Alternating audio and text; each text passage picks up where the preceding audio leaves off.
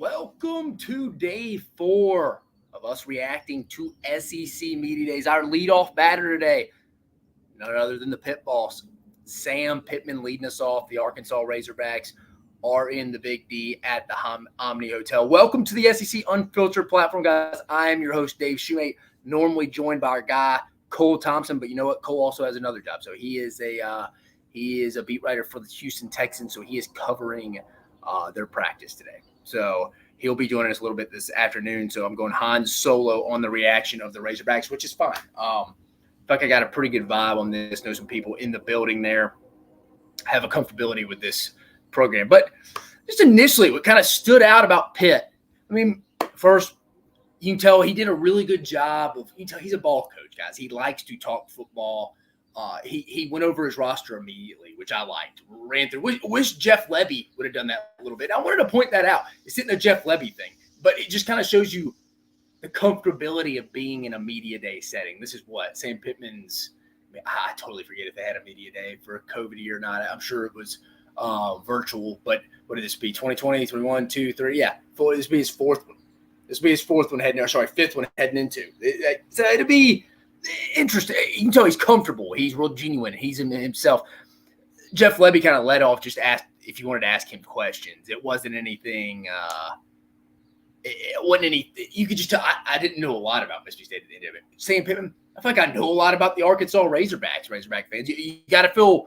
You may not like some of his responses, but he's honest. Maybe some would say I was texting someone on their staff. Maybe a little too honest is what somebody would tell you. But he started talking about the quarterback. Everybody knows if you follow SEC football at all. Boise State transfer, Talon Green, handpicked by Bobby P., I've been told, and Sam Pittman brought that one up as well. He's excited. I think he fits well. He thinks he fits well into this system. You can tell he's excited about some other weapons on offense as well. He likes the receiver group. Talked about Andrew Armstrong, a Dallas kid himself. Isaiah Satina is going to be a weapon inside and on special teams. Tyron Broden, Isaac Tesla. Arkansas's got good receivers. Do they have a dude, like a guy that teams have to game plan around about? Probably not, but they got a unit that can go win. Factor in, too, in the passing game, and a lot of people I think are a little looking a little bit underrated, is Luke Haas. Remember, he got hurt in the LSU game last year, and a lot of people are forgetting about him, even myself at times heading into the spring when I started doing my preparation heading into 2024. You forget about him at times, but I don't think we are. And also, Varkeus Gums could be another kid, and Ty Washington at the tight end position. I think Arkansas is going to be fine on offense. I mentioned Fernando Carmona, they're bringing in from San Jose State. Addison Nichols, who is played in this league. He's a Tennessee transfer, going to man the center position for him. Joshua Braun's played. Keyshawn Blackstock's a transfer. They have guys, running backs. They have a room full of running backs. Offense is going to be fine with Bobby Petrino. That's not what I'm worried about. And I knew that was going to be a big talking point. A lot of people were going to talk about Bobby Petrino. We're going to bring up Bobby Petrino because it's just kind of sexy. It's fun to talk about. So I think a lot of people want to know, hey, what's the relationship been like with Sam Pittman and Bobby Petrino? And that's fine. That's fine. Maybe I know too much, and it isn't as interesting to me. Again, I've been saying I think Bobby Petrino could be the next head coach at Arkansas if things go well. If they win 7-8 games, Sam Pittman rides off to the sunset. You know what? I just want to go hang out with my wife for the rest of my time. I don't think anybody would judge him. Hey, maybe the offense is good. They don't win enough games. They win 5. Arkansas feels like they can do something with Bobby Petrino at the helm. Had success, obviously, from his time from 2008 through 2011. 2008 wasn't great, but the other 9 to 11 were. So maybe the Arkansas faithful are fired up a little bit about that. So I don't really need the Bobby Petrino stuff. I get that. I think that's been covered a ton, especially we've talked about it. A lot of these guys are so covered now 24/7, 365 with social media. You feel like you know a lot of these answers already. So Bobby Petrino isn't the big answer. The big question to me would be Travis Williams and the defense. And I've worked with Travis Williams twice at Auburn and at UCF. He's an aggressive play caller. Sam Pittman brought it up. I thought someone, I forget who it was, had a phenomenal question. I wish I knew his name so I could give him some praise. Someone asked the question. They had 52 plays last year where they were in cover 0. That's a lot. He mentioned it last year at Media Day, Sam Pittman. He rehashed it again about, I told y'all we're going to be in cover 0 a lot. He said he liked the secondary a little bit better. maybe Sam Pittman's just trying to instill some confidence, I should say, in this secondary group. I don't know that. It's still TBD. Would lean towards. I'm not a big fan. I mean, Jalen Braxton maybe at one side. Keon Stewart coming over from TCU. I do believe Nico Slaughter, the nickel spot.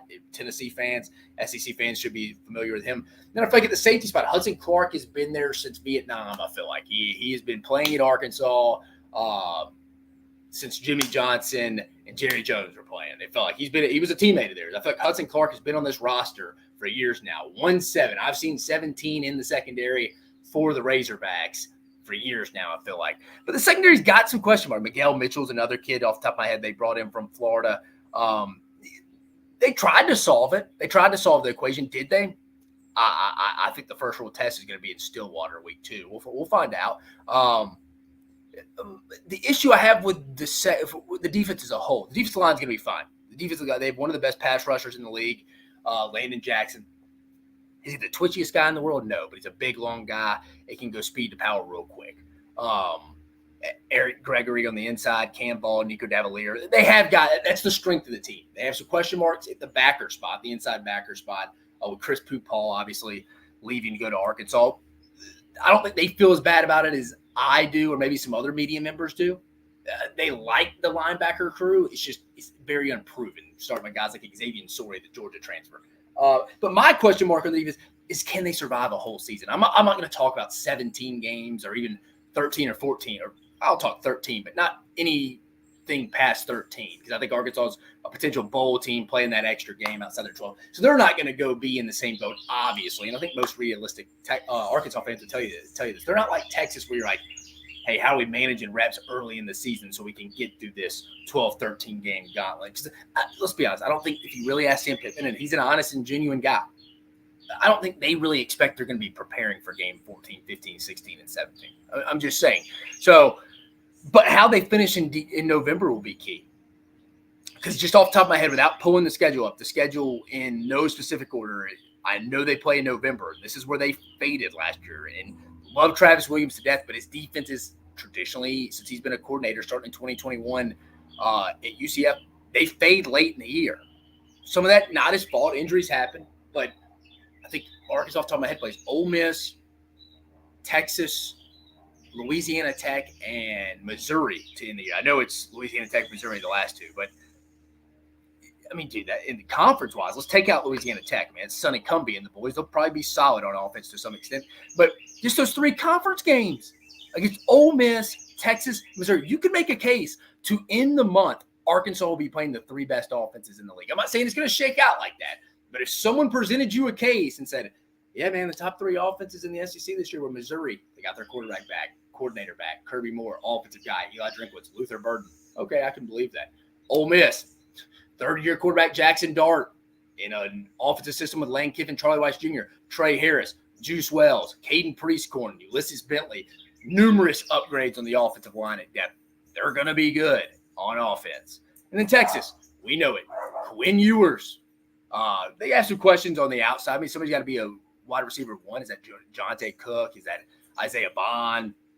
Yeah, there's some questions, but Sark and them are not going to put up a bad project. And you could easily make an argument they're going to be in the top 3 offensive. That's a tough schedule. I mean, that's a tough way to end it for traditionally a defense that is faded here late under a coordinator. It's faded here late.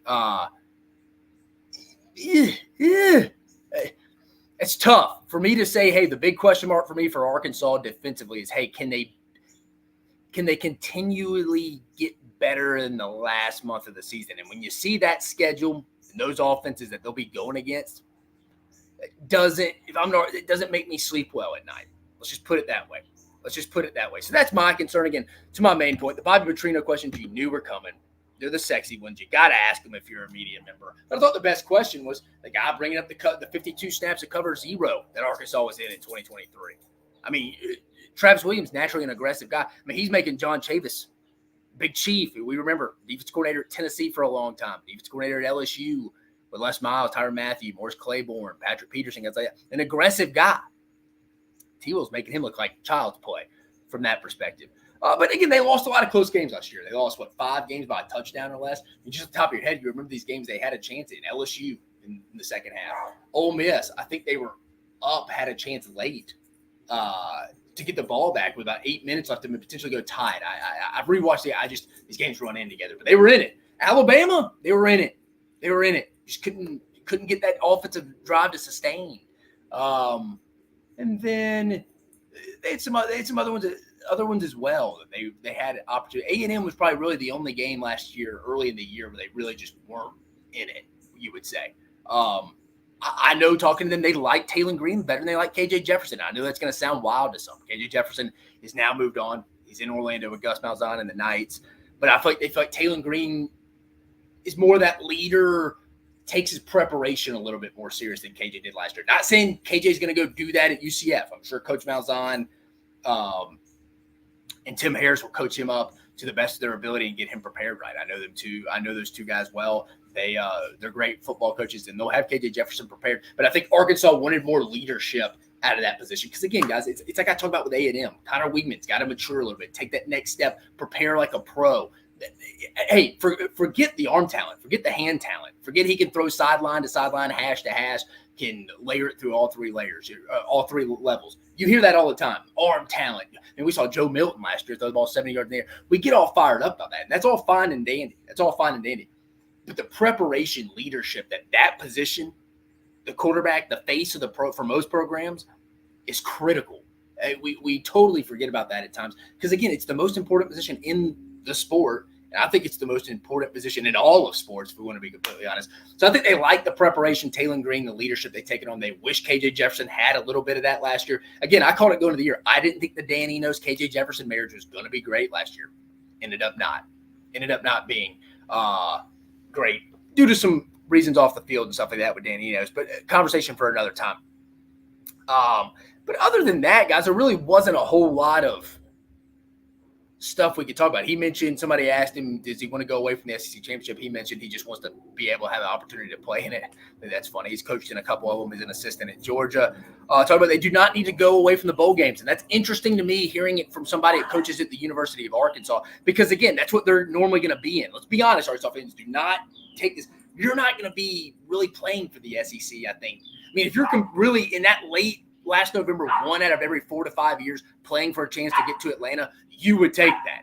You would take that if you're Arkansas. So that extra bowl prep, that means something to Sam Pittman. He likes those 15 extra bowl practices that it helps get his roster ready. And I know a lot of people are going to be like, whoa, they transfer anyways. It doesn't really matter. It helps your young freshmen and stuff get prepared and get better. So I appreciate that from Sam Pittman. I agree. The bowl games don't need to go away. It's football. I'm going to watch it. People are going to watch it. The sport's never been more popular than it is now. But we're not going to go long-winded, guys. We're not going to be long-winded. I mean, I think he likes this team. I think the key is going to be, can the defense hold up in the last month of the season? And when you look at the schedule and the offenses they face, especially in conference, Ole Miss, Missouri, and Texas, that's going to be tough. That's going to be tough, in my opinion. I think Arkansas is anywhere from that 5 to 7 range, in my opinion. Just due to attrition, I think it's going to catch up with them. But like I've stated, I think they have to get, you don't want to say half, but you would like, if you're an Arkansas fan, realistically, for them to get one of those first 2 road games, either at Oklahoma State or at Auburn. Because, again, guys, this is a different – me and a buddy were talking that we're in the industry. This is a different mentality in college football now. If you start off 0-2, don't really have a lot to play for anymore, the kids kind of check out a little bit. It is right, wrong, or indifferent. I know Sam Pittman said it keeps them hanging a little bit longer to play. The opposite can be said as well. I mean, if you start off 0-3 in conference, which, if they were to do that, Arkansas, it's not in your first 3 big games, not take away the conference play, but you lose to Oklahoma State, Auburn, and A&M to kick off. How fired up? What's the motivation for that team, especially when you can go transfer wherever you want? So I think that's another battle as well, guys. But I am your host, Dave Shumate, coming at you, reacting live to Sam Pittman being the leadoff guy for us here on day 4 of SEC Media Days. We'll be back for the other 3. Cole will be joining me. But again, guys, like, subscribe, hit the notification bell. Our guy, Chris Phillips, will have boots on the ground in Dallas at Omni. So give us a follow at SEC Unfiltered channel. But, guys, I appreciate you joining us. I'll see you here in a little bit.